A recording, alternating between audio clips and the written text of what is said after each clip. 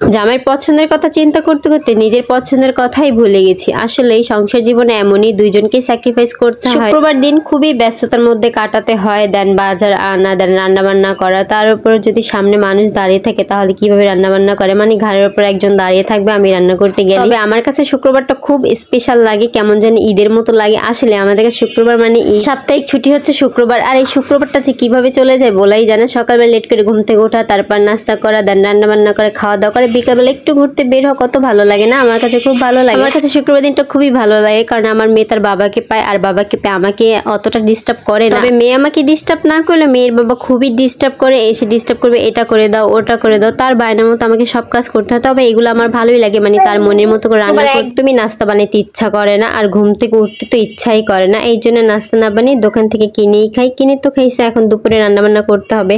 আর আজকে রান্না ছিল শাক আর হচ্ছে ভাত, আর এই যে এটাকে কি বলে আমি জানি না, যাই হোক সার্ডি না কি জানি বলে, গরু মাংসের।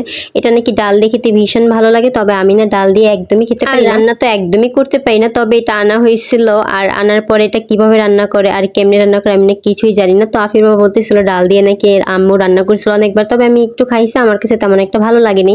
তো উনি বলতেছিলেন এটা ডাল দিয়ে রান্না করলে খাইবে, তাছাড়া খাবে না। যাই হোক, তার কথা মতো তার রেসিপি অনুযায়ী আমি রান্না করতে গেলাম।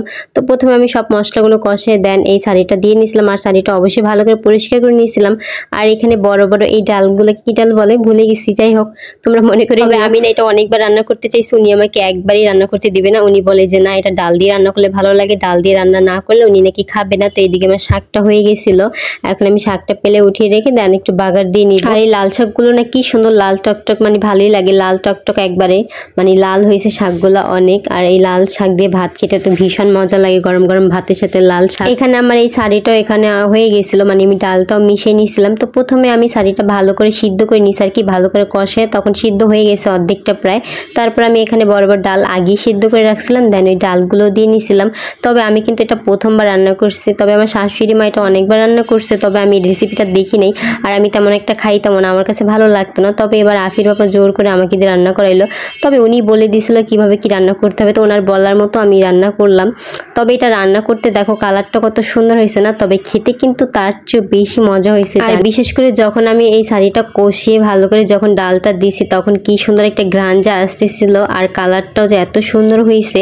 তবে এখানে আমি জিরার গুঁড়ি দিয়ে নিয়েছিলাম, এটা হয়ে গেছে যেহেতু আগে থাকতে আমি এটা ভালো করে কষে সিদ্ধ করে নিয়েছিলাম, আর ডালটা তো আগে থাকতে আমি সিদ্ধ বসিয়ে দিয়েছিলাম, এই জন্য দুইটা হতে বেশি সময় লাগেনি। তবে এখানে একটা মজার বিষয় কি, আমি রান্নার পরে যে আমি মরিচ দেবো আমি সেটাই ভুলে গেছিলাম, তো পরে আমি কাঁচামরিচটা দিয়ে নিছি। আর এখন আমার এই যে কতগুলি থালা বাসন জমছে, এখন এই থালা বাসনগুলো ধুতে হবে।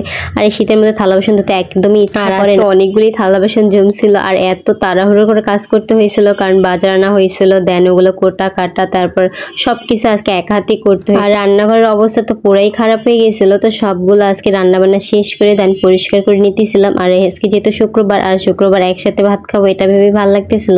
তবে প্রতিদিন আমি একাই ভাত খেতে হয়, তবে এই জিনিসটা আমার একদমই ভালো লাগে না, মানে বোরিং লাগে। তো শুক্রবার আসলে আমরা সবাই মিলে একসাথে ভাত খাই।